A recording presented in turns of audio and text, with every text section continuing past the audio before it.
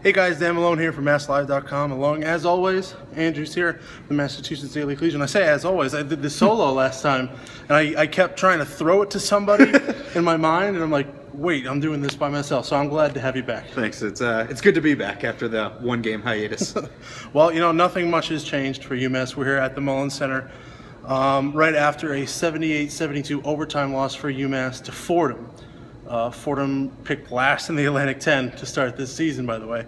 UMass losing streak up to 7 games now. And I feel like we kind of just we have to say the same things over and over again. This is another game they could have won. This was another game where they got outplayed in the second half down the stretch. Another game where they didn't quite get enough from kind of their guard trio there. And it's another loss. I mean, these just keep piling up, and now this is officially the longest losing streak of the Derek Kellogg era, and it's tied for the longest since the 2003-2004 season.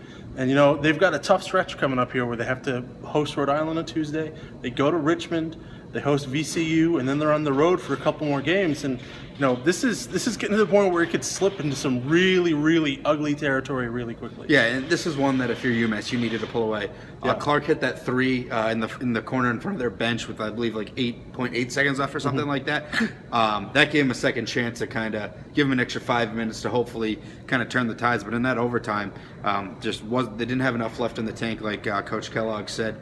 But just looking down the stretch of that game, I think what really hurt them the most was their lack of interior presence. I saw defensively, that was like a turnstile. It was. The way they were trying to looked drive like the Patriots' offensive line in Denver. Wow, he went there. I didn't. I wanted to though. Anyway, but when you looked at that, they just had no help defense. Derek said that they don't have any shot blockers. And Neubauer. I was saying, not just Derek. Jeff Neubauer said that, the Fordham coach. He came out right and said, UMass is not a shot blocking team. They aren't. And when you look to that game, it just so many times that the Fordham guards were so easily getting to the lane, especially when you had both Davis and Clark with 4 fouls for at least the last 5 minutes of that game. And those guys can get beat off the dribble even when they're not playing with foul trouble. So to have that and then have Tyler Bergantino, as Derek said, out of gas, it just made it so Joseph Chartouni and Mandel Thomas could get to the rim for some really big buckets. And on those plays, you see so many times that you got to have that guy who's covering someone in the corner or who's covering someone off on the wing. They have to slide in and step up defensively. It's help the helper, help defense, just something that UMass hasn't had for a while now, and it was really evident today. Like you said, just with Bergantino playing so many minutes and Space not being that interior presence that some of us might have thought, and with Holloway only playing 11 minutes and Coleman only with 5 minutes. So it just goes to show you that this team doesn't have the post presence like it had a couple years ago. You knew entering the season with Caddy, Lelane, and Max Yesho gone that there's going to be some new faces on the interior. But I don't think anyone expected it to be this bad or their absence was going to affect him this much. And the one time they kicked it out at the end of that game, Christian Sengfelder hits a 3 to kind of give them just enough of that cushion where it becomes kind of a lead in overtime. Yeah, kind of give them.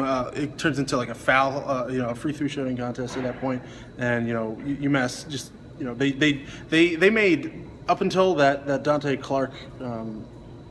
The three-pointer descended to overtime. They had only made like 8 or 9 field goals in the entire second half. Only 11 in the second half in overtime. Yeah, in overtime. Yeah, that's 25 minutes of not being able to consistently score. And we've seen it time and again. And some of the numbers jump off the page. Jabari Hines, 2 points in 15 minutes, no assists.